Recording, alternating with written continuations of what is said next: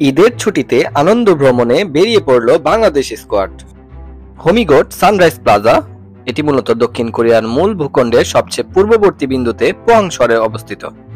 বাংলাদেশ স্কোয়াডের আহ্বায়ক রনি তালুকদার, বাংলাদেশ স্কোয়াডের সহ-প্রতিষ্ঠাতা ফিরোজ হাওলাদার এবং বাংলাদেশ স্কোয়াডের প্রতিষ্ঠাতা চেয়ারম্যান ফাহাদ হোসেন দক্ষিণ কোরিয়ার থেগু মসজিদের আনন্দ ভ্রমণে অংশগ্রহণ করেন। থেগু থেকে পোহাং শহরে ভ্রমণ যাত্রায় বাসের ভিতরেই হাম, নাত এবং ইসলামী সঙ্গীত পরিবেশন করে মসজিদ কমিটি। হোমিগোট সানরাইজ প্লাজা তার মনোমুগ্ধকর সূর্যোদয়ের জন্য পরিচিত, যা প্রতি বছর হাজারো পর্যটককে আকর্ষণ করে, বিশেষত নতুন বছরের সানরাইজ ফেস্টিভ্যালে। এটি কোরিয়ার প্রথম সূর্যালোক গ্রহণের স্থান হওয়ায় এটি অনেকের হৃদয়ে বিশেষ স্থান দখল করে আছে। শুধু সূর্যোদয়ের সৌন্দর্যই নয়, হোমিগোট সানরাইজ প্লাজা আপনাকে উপহার দিবে প্রশান্তি ও প্রশান্তির এক নির্জন পরিবেশ। এখানে উপযুক্ত প্রাঙ্গণ, হালকা সমুদ্রের বাতাস ও প্রাকৃতিক সৌন্দর্য আপনাকে এক অনন্য অভিজ্ঞতা দেবে। প্লাজার অন্যতম দর্শনীয় আকর্ষণ হল হ্যান্ড অফ হারমোনি ভাস্কর্য।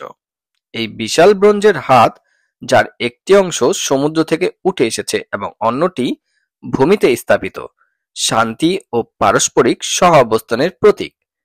এটি পর্যটকদের জন্য একটি জনপ্রিয় ছবি তোলার স্থান এবং গভীর চিন্তার প্রতীকী নিদর্শন। প্রতিদিন ভোরবেলা এই স্থানটিতে সূর্যের আলো যখন সমুদ্রের উপরে পড়ে, তখন তৈরি হয় এক অভূতপূর্ব দৃশ্য। হোমিগোট শব্দের অর্থ হল বাঘের লেজ। দক্ষিণ কোরিয়ার মানচিত্রটি দেখলে আপনি বুঝতে পারবেন যে পুরো দেশটি একটি বাঘের মতো আকৃতির, যেখানে হোমিগোট বাঘের লেজের অবস্থান নির্দেশ করে।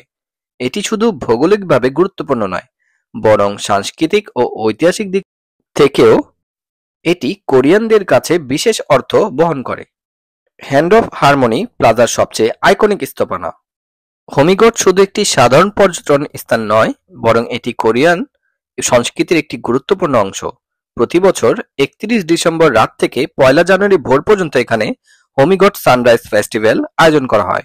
হাজার হাজার পর্যটক নতুন বছরের প্রথম সূর্যোদয়ের সাক্ষী হতে এখানে আসেন। যারা এখানে একবার এসেছে তাদের মনে এখানে বারবার আসার ইচ্ছা জাগবে। দক্ষিণ কোরিয়ার সৌন্দর্যের মধ্যে এই জায়গাটি অন্যতম। ঈদের আনন্দকে উদযাপন করার জন্য বাংলাদেশ স্কোয়াডের প্রবাসী শাখা সব সময় তৎপর। কঠোর পরিশ্রম শেষে যখনই সুযোগ পাওয়া যায়, তখনই আমরা বেরিয়ে পড়ি নতুন কোনো অভিজ্ঞতা অর্জনে। আজকে বিদায় নিচ্ছি, আবার ফিরে আসবো দক্ষিণ কোরিয়ার নতুন কোনো ভ্রমণ অভিজ্ঞতা নিয়ে। আল্লাহ হাফেজ।